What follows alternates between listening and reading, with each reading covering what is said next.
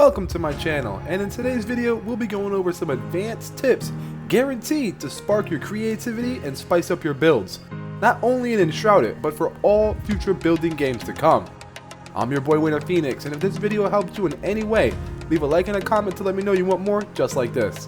Now, let's kick things off with a simple but highly effective technique. Our first tip is about upgrading from that basic square base every beginner makes. You all know what I'm talking about. The base that has 3 walls and a doorway. Well, no more, because this tip is about building circular structures and their uses.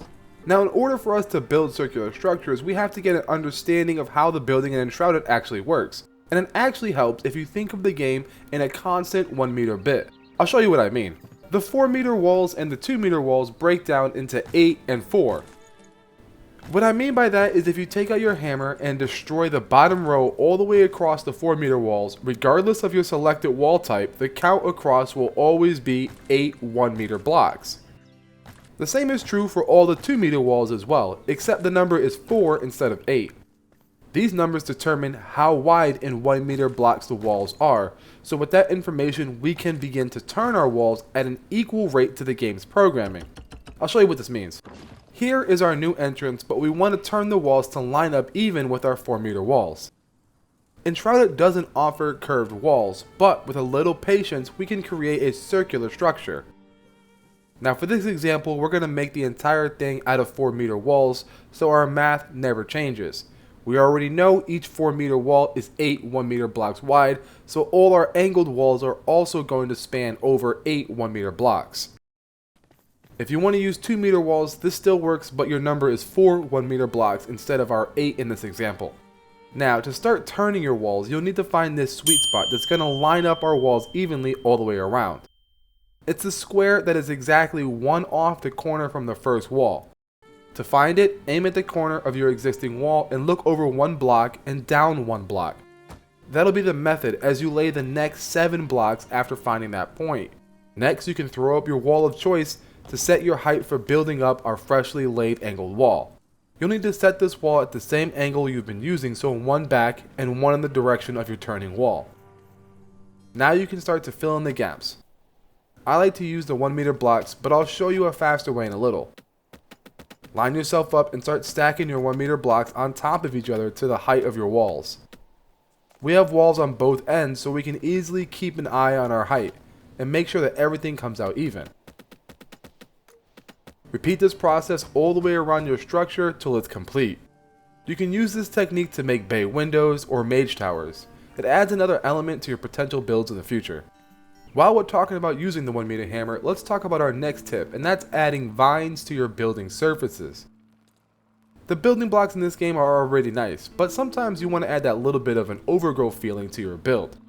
Vines are especially fun because they add a personal touch and detail outside of the normal building blocks. While you got your hammer out, you'll want to select the 1 meter terrain block and grab some flower soil. Flower soil isn't hard to find if you know where to look, even more so now that they actually added it to a crafting station at the farmer.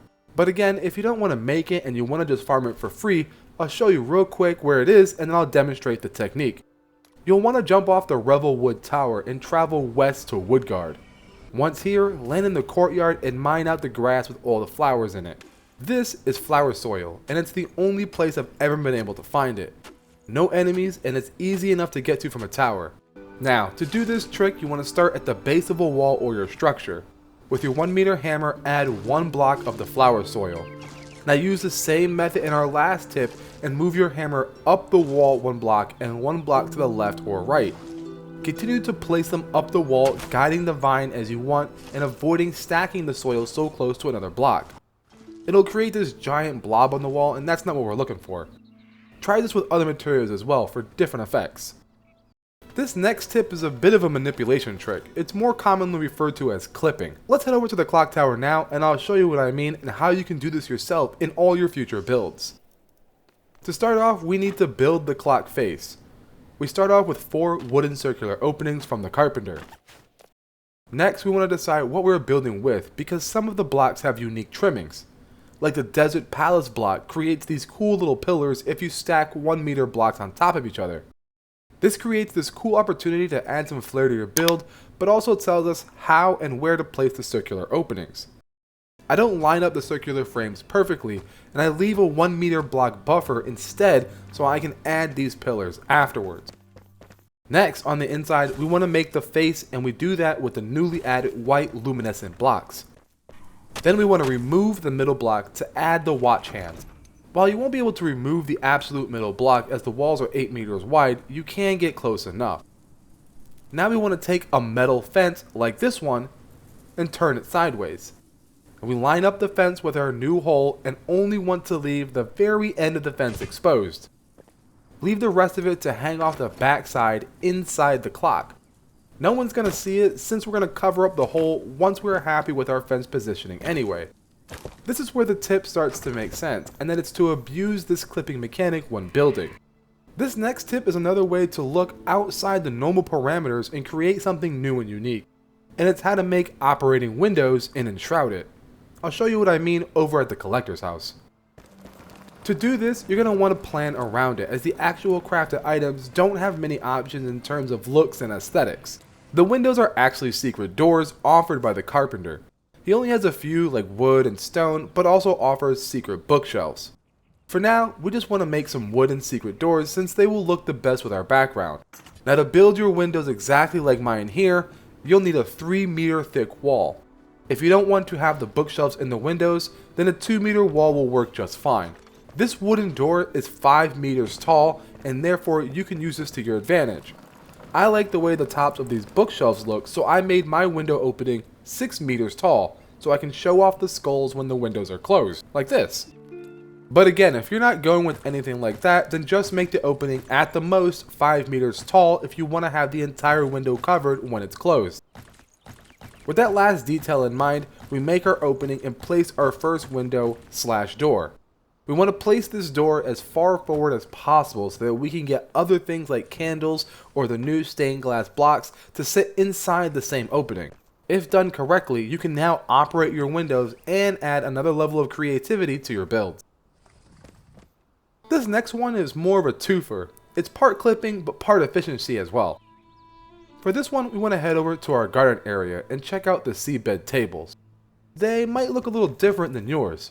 And that's because there's one thing each table needs, and we make sure it's always in arm's length. Literally.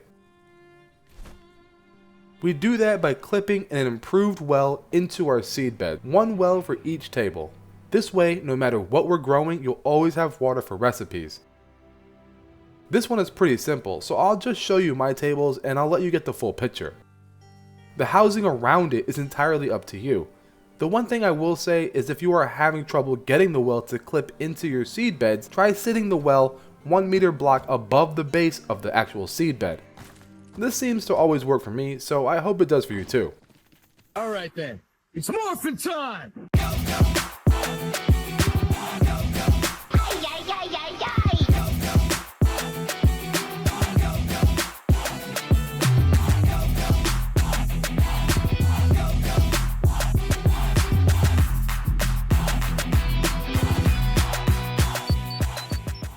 If you've made it this far, you gotta like what you see, and I would really appreciate it if you helped me now. I'm trying to hit a personal goal of 1,000 subscribers and need your help to do it. Over 90% of you who keep coming back to my channel and watching are not subscribed. Help me out and join those elite few in the upper 10% who have made the leap. Become a subscriber to keep up to date on everything I do and support my cause. That's all I got for now. Later, nerds.